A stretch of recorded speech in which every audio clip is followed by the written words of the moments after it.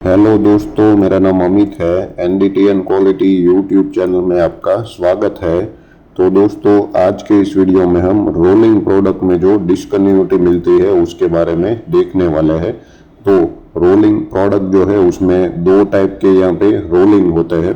एक hot rolling जिसको बोलते हैं और दूसरा कोल्ड रोलिंग है। ओके, तो ये दोनों रोलिंग के प्रोसेस है और यहाँ पे जैसे नाम सजेस्ट करते हैं ये हाई टेम्परेचर पे ये मटेरियल जो है उसका हॉट रोलिंग किया जाता है और ये नॉर्मल या रूम टेम्परेचर पे कोल्ड रोलिंग का प्रोसेस होता है। और रोलिंग प्रोडक्ट में काफ़ी सारी डिस्कन्टिन्यूटी देखने को आपको मिलती है।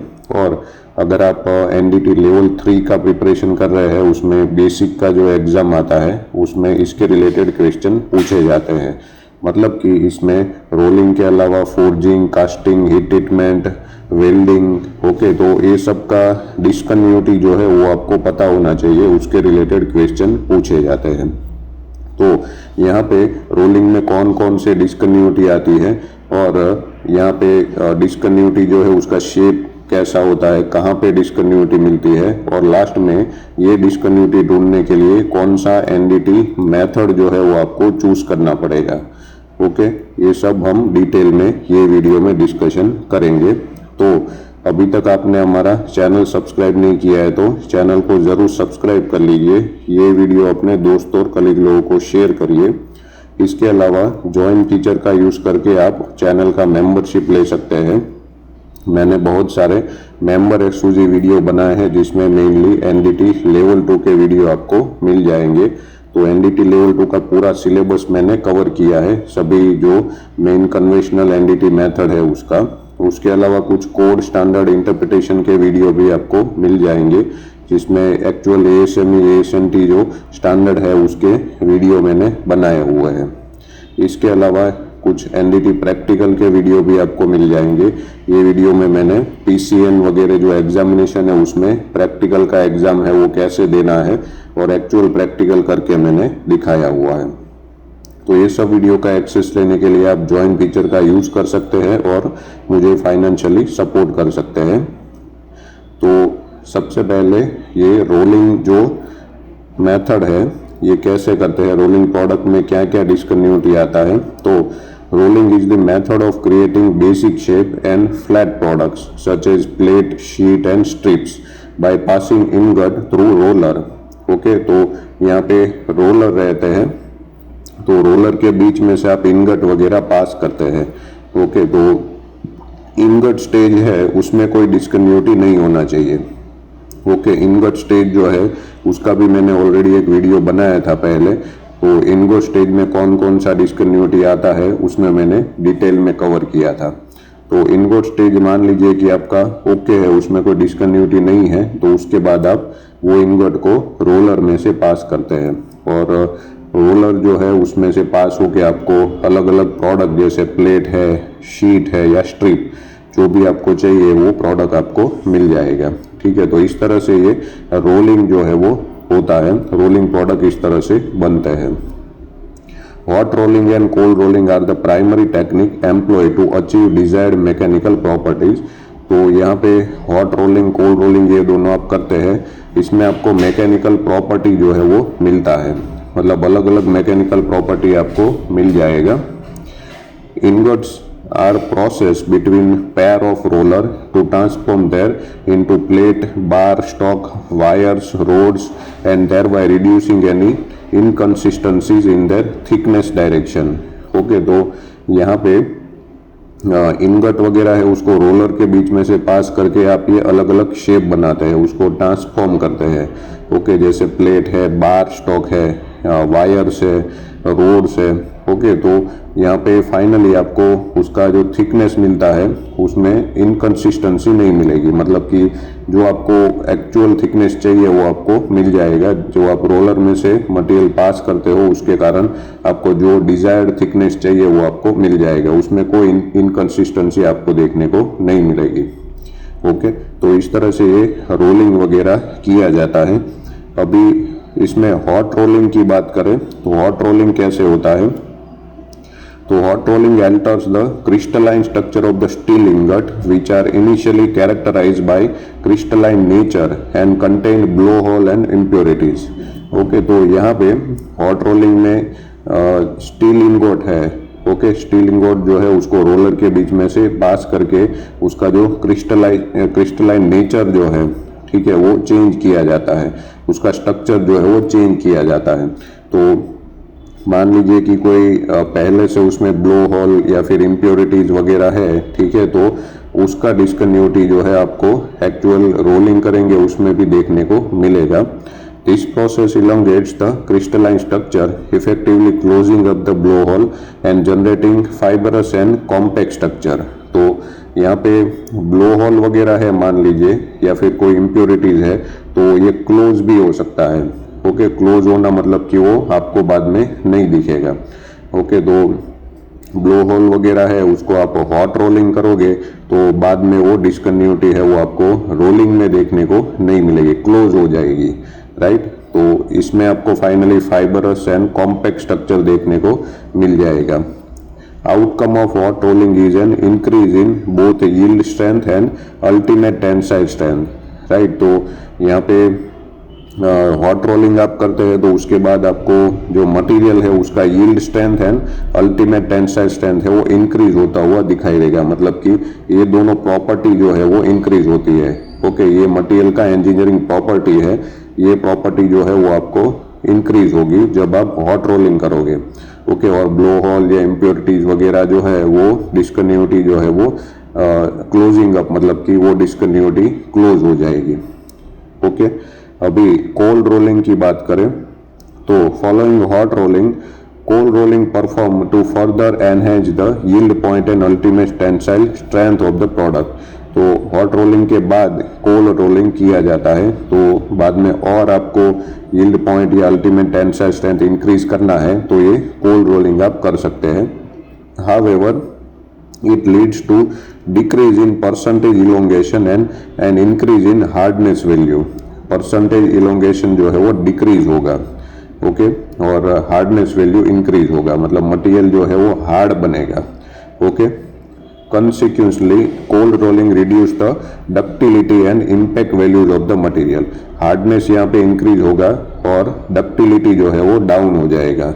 ओके, डक्टिलिटी कम हो जाएगी क्योंकि मटेरियल हार्ड हो गया आपका, और इम्पैक्ट वैल्यू जो है वो भी आपका डाउन होगा। तो आप 4P टेस्ट वगैरह करते हैं तो उसमें इम्पैक्ट वैल्यू आपको कम मिलेगा।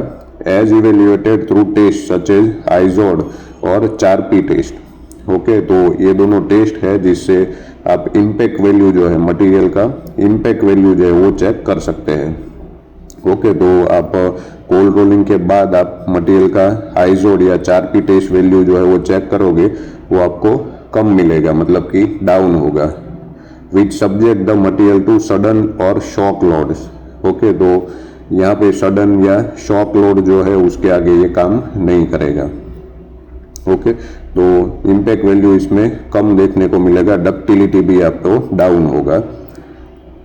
ओके, तो ये आपका हॉट रोलिंग कोल्ड रोलिंग हो गया। अभी इसमें डिस्कन्टिन्यूटी क्या क्या मिल सकता है, तो देखिए, during the rolling process several primary discontinuities में अराइज इंक्लूडिंग, सबसे पहला स्ट्रिंजर्स करके डिस्कन्टिन्यूटी मिलता है। This form when inclusion located near the surface of the ingot are expelled. Okay, surface के नजदीक कोई इंक्लूजन वगैरह है, ओके, तो वो एक्सपेल होगा, मतलब कि फैलेगा। ओके, कोई भी इंक्लूजन है, मान लीजिए इनगट वगैरह में है, उसको आप दो रोलर के बीच में से पास करोगे और आपको डिस्कन्टिन्यूटी जो है वो एक्सपेल होता हुआ दिखाई देगा, मतलब कि वो डिस्कन्टिन्यूटी फैलेगा। Stringers can be eliminated through wire brush और सैंड ब्लास्टिंग। तो सिंपली वायर ब्रशिंग आप करोगे या फिर सैंड ब्लास्टिंग करोगे तो ये स्ट्रिंजर्स वगैरह निकल जाएगा, नियर टू सरफेस ये होता है। दूसरा लैमिनेशन है, लैमिनेशंस और lamella डिस्कन्टिन्यूटीज। These are inclusion entirely contained within a ingot and develop parallel to the rolling direction।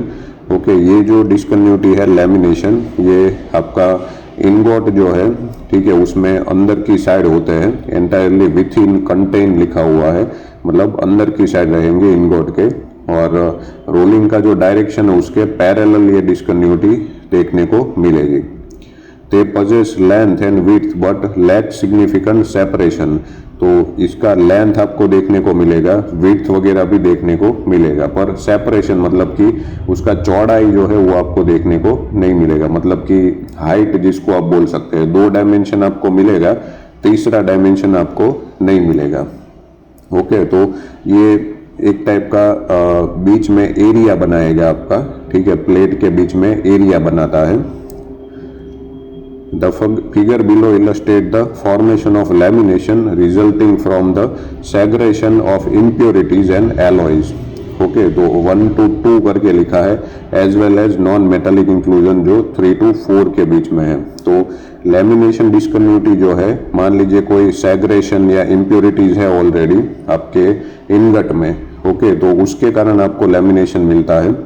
1 to 2 में दिखाया है, देखिए, जैसे मान लीजिए 1 यहाँ पे कोई ऐसे सेग्रेशन या इम्प्योरिटीज है, ओके, ये आपका इनगट है एक्चुअल, और ये दोनों रोलर के बीच में से आप उसको पास करते हो, और 1 नंबर जो सेग्रेशन या इम्प्योरिटीज है वो आपको यहाँ पे ऐसे लैमिनेशन मिलेगा। ओके, मतलब ये फैलेगा और फैला के ये कोई लैमिनेशन वगैरह बनाएगा। ओके, वैसे ही 3 to 4 में लिखा है, देखिए, नॉन मेटालिक इंक्लूजन है, मान लीजिए, ओके, इंगोट में आपका ये कोई नॉन मेटालिक इंक्लूजन है ऐसे, तो नॉन मेटल इंक्लूजन है वो भी फैलेगा और इस तरह का आपको लैमिनेशन देखने को मिलेगा। ओके, तो लैमिनेशन है काफ़ी क्रिटिकल डिस्कन्टिन्यूटी है, और अल्ट्रासोनिक वगैरह आप करते हैं लैमिनेशन ढूंढने के लिए। इसका मैंने काफ़ी सारा वीडियो ऑलरेडी बनाया है कि लैमिनेशन वगैरह कैसे चेक किया जाता है। ओके, तो इस तरह से सेग्रेशन वगैरह है तो लैमिनेशन मिलेगा, इम्प्योरिटीज है या फिर नॉन मेटल इंक्लूजन है तो भी आपको ये लैमिनेशन रोलिंग प्रोडक्ट में देखने को मिलेगा। एक सीम्स करके डिस्कन्टिन्यूटी है। Seams occur when surface defects like dents, tears and blow hole in an ingot open up during the rolling process. Right, तो इनगोट वगैरह में डेंट्स, टीयर्स या ब्लो होल ऑलरेडी है तो ये ओपन होते हैं, रोलिंग प्रोसेस में ये ओपन होते हैं, तो ये टाइम पे आपको सीम डिफेक्ट जो है वो देखने को मिलता है। Creating a separation in the metal, तो मटेरियल में ये सेपरेशन करेंगे, सेपरेट हो जाएगा material. The separated metal does not fuse और merge into single integral part. तो जो भी आपका सेपरेटेड मेटल है वो फ्यूज नहीं होगा या फिर मर्ज नहीं होगा, सिंगल पार्ट ये नहीं बनेगा, मतलब कि पार्ट जो है वो वहां से सेपरेट हो जाता है। This separation usually manifest on the surface of the rolled plate और बार स्टॉक। तो सीम्स जो डिफेक्ट है जनरली सरफेस के ऊपर होती है। ओके, ये याद रखना है, ये हमेशा सरफेस के ऊपर देखने को मिलती है। Concentrated stress on such areas में इंड्यूस क्रैक्स, तो ये सीम्स के कारण कहीं पे स्ट्रेस वगैरह लगा तो उसके कारण क्रैक जनरेट भी होता है। Figure below demonstrate a central delamination और separation arising from the presence of pipe और श्रिंकेज। तो मान लीजिए पहले इनगोट स्टेज में पाइप या श्रिंकेज है, ओके, तो उसके कारण यहाँ पे आपको सीम्स इंडिकेशन मिलते हैं, उसको डीलेमिनेशन भी बोलते हैं। ओके, तो देखिए 1 to 2 करके दिखा है, that persist after the initial forming process. तो दूसरा जो फिगर है ना ये वाला, यहाँ पे ये जो डिस्कन्टिन्यूटी है ये इनगोट में है, ये पाइप या श्रिंकेज हो सकती है, तो उसके कारण यहाँ पे ये लंबा सा जो सीधा लाइन मिलता है वो आपका सीम इंडिकेशन है। ओके, सीम्स इसको बोलते हैं।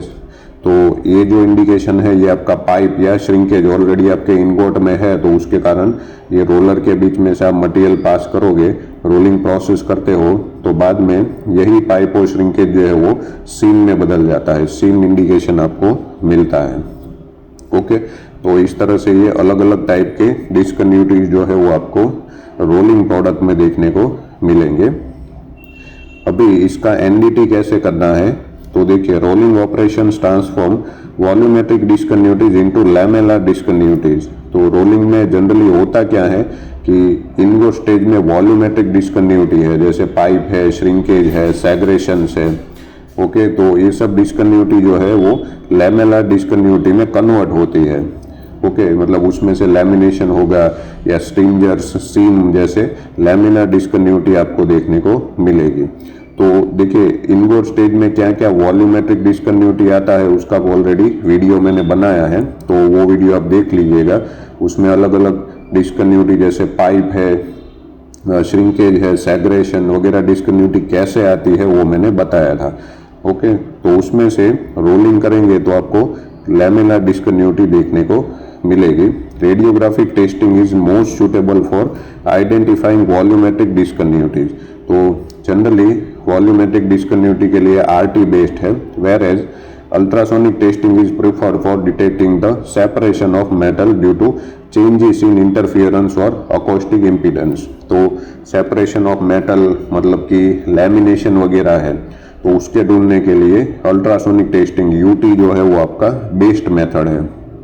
ओके, तो लैमिनेशन वगैरह के लिए हम यूटी यूज करते हैं, अल्ट्रासोनिक टेस्टिंग उसमें करते हैं। इसमें आपको इंडिकेशन क्यों मिलता है, क्योंकि अकोस्टिक इम्पीडेंस जो है वो अलग अलग रहता है। ओके, इंटरफियरेंस अलग होगा, मतलब कि जहाँ पे लैमिनेशन है उधर का अकोस्टिक इम्पीडेंस और आपका स्टील प्लेट है, स्टील का अकोस्टिक इम्पीडेंस, दोनों इम्पीडेंस का मिसमैच होगा।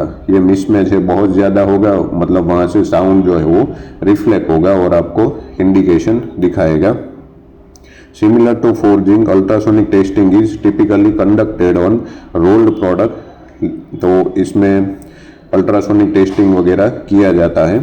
लिक्विड पेनिट्रेंट टेस्टिंग में also be employ to detect surface discontinuities. Okay, तो सरफेस के ऊपर कोई डिस्कन्टिन्यूटी है, जैसे हमने अभी सीम्स वगैरह देखा, तो उसको ढूंढने के लिए liquid penetrant testing LPT use कर सकते हैं। Okay, even MPT magnetic particle test भी आप यूज कर सकते हैं। ओके, तो इसको सरफेस तो ओपन सरफेस डिस्कन्टिन्यूटी है वो आपको मिल जाएगी, while magnetic particle testing is useful for surface और नियर सरफेस डिस्कन्टिन्यूटी। तो एमपीटी से आपको सरफेस या नियर सरफेस डिस्कन्टिन्यूटी है वो मिलेगी। तो इस तरह से अलग अलग टेक्निक आप यूज कर सकते हैं।